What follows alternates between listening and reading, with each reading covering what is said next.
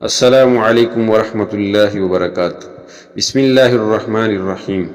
حدیث شریف میں ہے کہ جب اللہ تعالیٰ کسی بندے کی بھلائی اور خیر کا ارادہ فرماتے ہیں تو اس کو اپنی قسمت پر راضی کر دیتے ہیں اور اس قسمت میں اس کے لیے برکت بھی عطا فرماتے ہیں، اور جب کسی سے بھلائی کا ارادہ نہ فرمائیں الیاذ باللہ تو اس کو اس کی قسمت پر راضی نہیں کرتے اور اس میں برکت بھی نہیں عطا فرماتے۔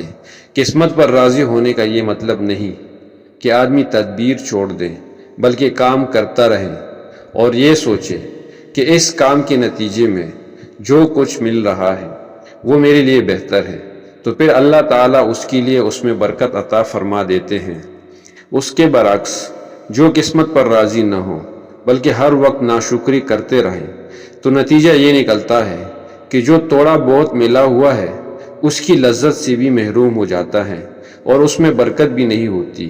اس لیے اللہ تعالیٰ کی عطا فرمودہ نعمتوں پر راضی رہو، چاہے وہ مال و دولت کی نعمت ہو، صحت کی نعمت ہو، حسن و جمال کی نعمت ہو، بس یہ فکر حاصل کرنے کی ضرورت ہے۔